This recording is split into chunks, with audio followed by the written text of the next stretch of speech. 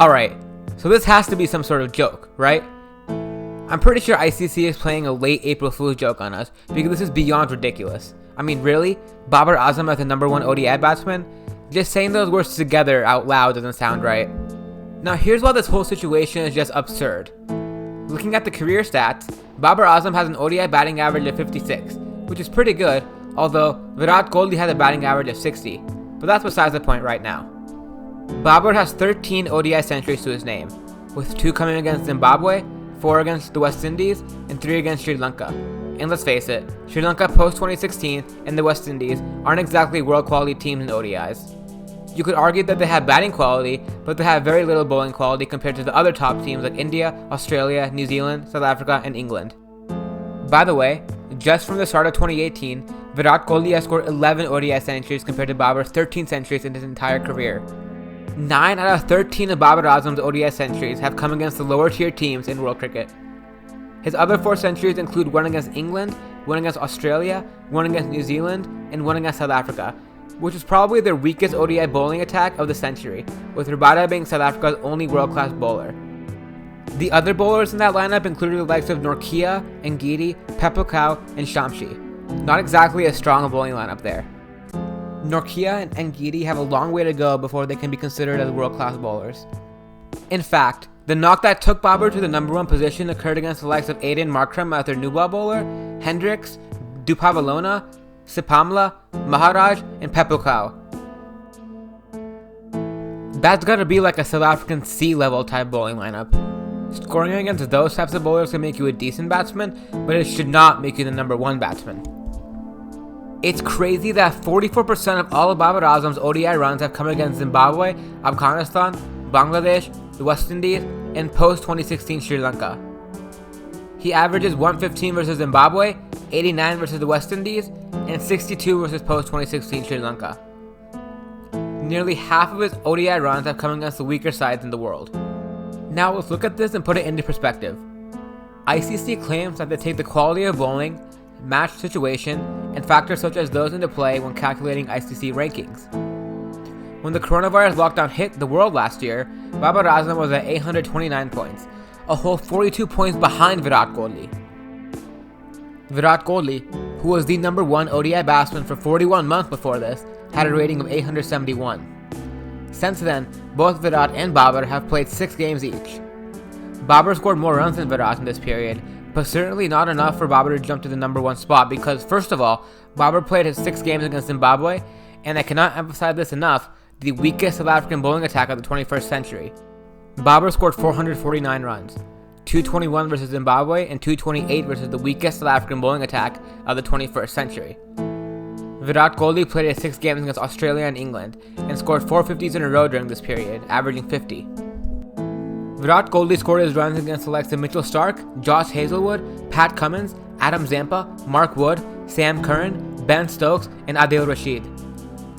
Anyone with the slightest amount of common sense can say that Virat Kohli has been the better player since lockdown ended, by far. The ICC claims that if you score against a higher quality bowling lineup, you will be given a ratings advantage, and if you score against a lower quality bowling lineup, you will get less credit for your ratings. But despite what ICC claimed, Babar Azam jumped a whole 36 spaces after scoring against Zimbabwe, and I repeat, the weakest South African bowling lineup of the 21st century. And somehow Virat Kohli dropped 14 points after smashing 4 consecutive 50s against Australia and England.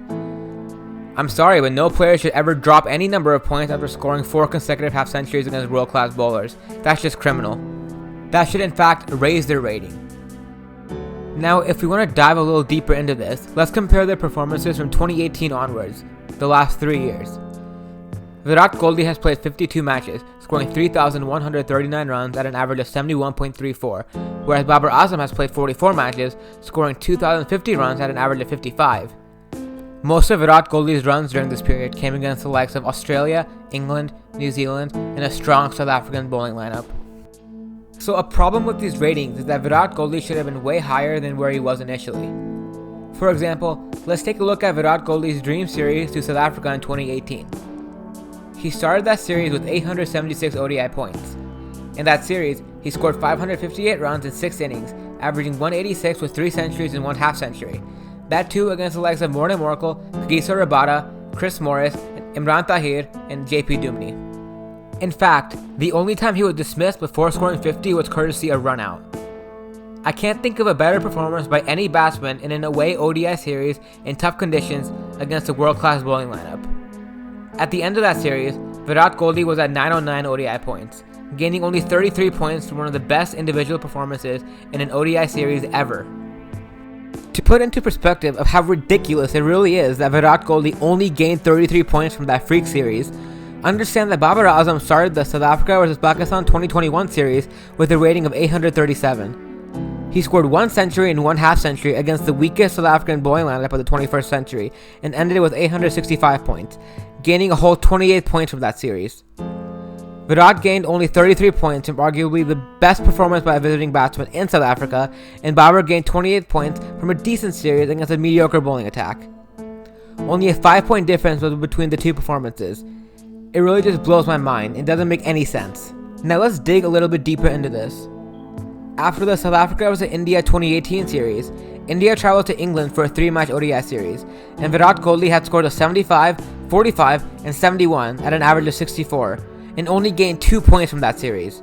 Just 2, which made his rating 911, the highest it's ever been for him, but it really should have gone much higher than that. Now here's why it should have been higher than 911. Virat didn't take part in the Asia Cup, India's next ODI series after the England tour, and that dropped him 27 points in ratings and left him on 884 points. A good series against England in England only made him gain 2 points, but missing a series made him lose 27 points. That is just ridiculous logic by the ICC there. India took on the West Indies after, and Kohli had another amazing series, scoring 453 runs after 5 matches, averaging 151 with 3 centuries. But he only gained 15 points from that, even after those insane numbers. He was at 899 points after this. And yeah, the West Indies isn't the strongest team in the world in ODI cricket, but why is that when Babar Azam scores against the West Indies, his ratings skyrocket? But when Kohli puts up those insane numbers, he only gains 15 points.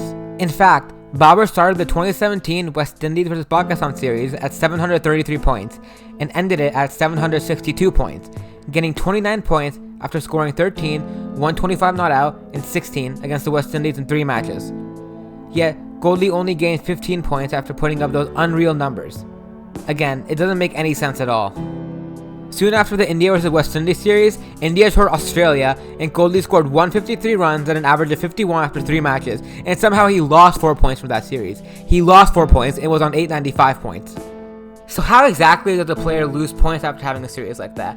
A series where he scored a century and averaged 51. Virat also lost points for scoring 4 consecutive 50s against England and Australia before too. It just doesn't make any sense at all. On one hand, you have Babar Azam, having his ODI rankings and stats skyrocket due to his performances against Zimbabwe, West Indies, and post-2016 Sri Lanka. But somehow Virat Kohli loses a bunch of points in his rankings for missing a single series or scoring bucket loads of runs against Australia and England.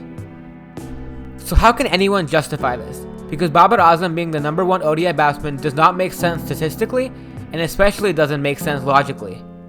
The last time a Pakistani batsman was number 1 in ODI rankings was Mohammad Yusuf in 2003, nearly 2 decades ago, and I guess ICC just thought it was overdue.